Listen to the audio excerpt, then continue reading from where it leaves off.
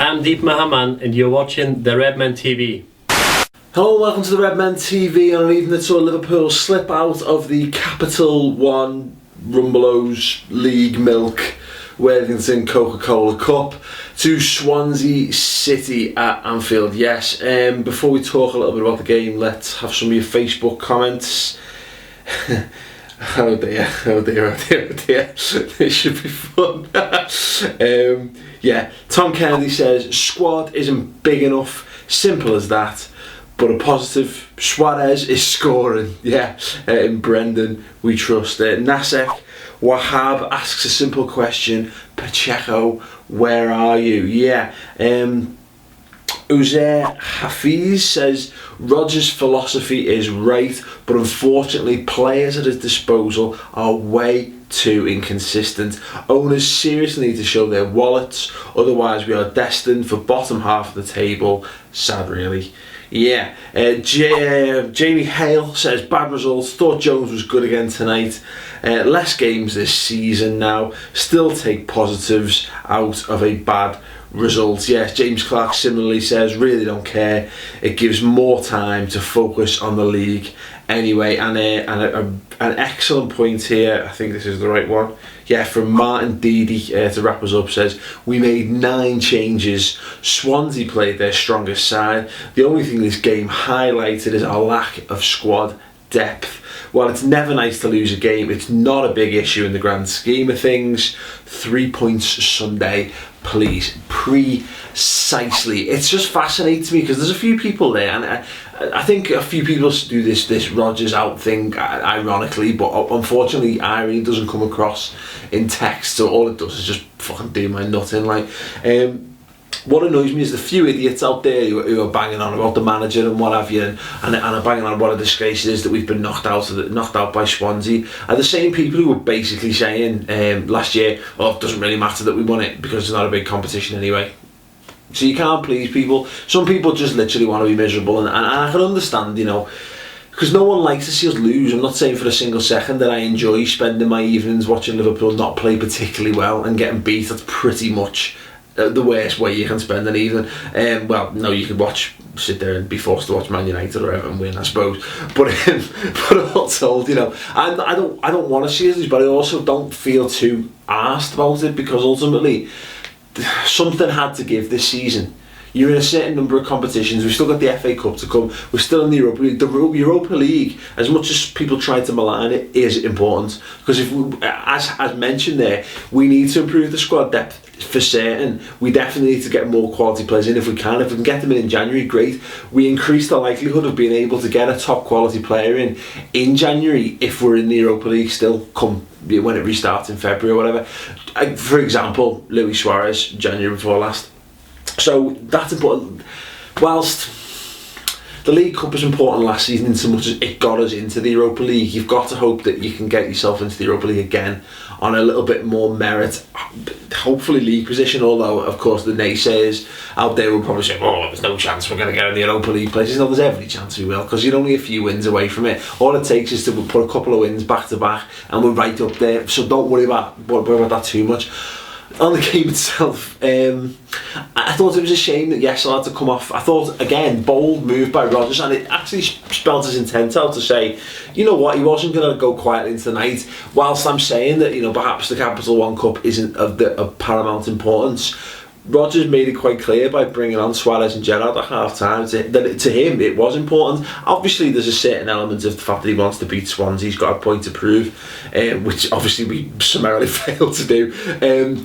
But no, I was buoyed by that. But as I say, I was a little bit sad because I thought I'd have loved to have seen Yesel get 15-20 minutes, maybe bring someone more creative on, maybe bring Suso on instead of Cole, and or just I really don't know, maybe try and get Shelby further up the pitch, get him closer to him, and just see if we could get him a little bit more service, because I saw some nice touches from him, but ultimately the balls weren't there. And Joe Cole, I mean, yeah, fair play. I don't know what he's got to do. I don't know if he's got it in him to do it. I think we made the statement on the subscriber show a couple of weeks ago that if he wants to get his chances and take his chances, fine. But if he's not going to take his chances, then he's not going to be a Liverpool player for much longer. I mean, unless he decides to sit on his contract or whatever. But it's frustrating because when I said at the start of the game, Joe Cole needed to do what Stuart Downing did against Angie in the Europa League last week. He basically needed to step his game up and prove that he was worth his place in the squad, and you know he has that free header in the box, and you can't make or break a man's career based on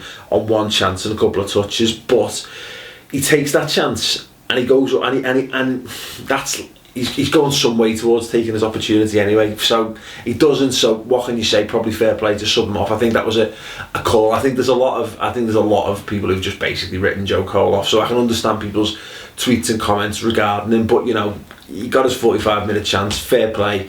Perhaps didn't take it. Will he get another one?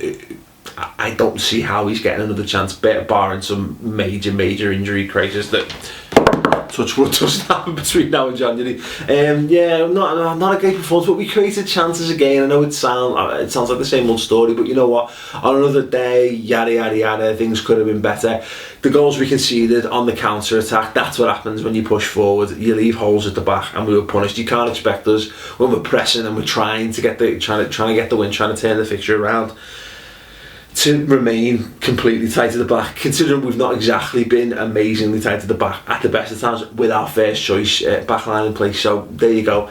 Jordan Henderson right back, I don't know, indifference. I didn't really see anything that suggests, great idea. Perhaps in that 3 at the back formation that we showcased in the second half of the derby, maybe he might work in the right wing back kind of position. He was great against Blackburn playing in that sort of role, and playing right back, right wing back, right mid, right winger as he did to excellent effect.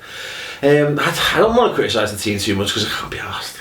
It doesn't really matter. What's going to matter is we go and get 3 points against Newcastle. That's the most important thing, because the major criticism of Liverpool last season was we were great in the cups but we were shit in the league. Now if we can be shit in the cups and better in the league, then that's surely better, really, isn't it? Like, I mean, that's what we're looking for, because in the day it's about getting the league form back on track. That's what we need to do. We need to start turning we've turned defeats into draws. Now we need to start turning, draws into a few more wins and hope for the best, and then hopefully get to January and please, dear God, I think someone said in the comment section, it's going to go to FSG.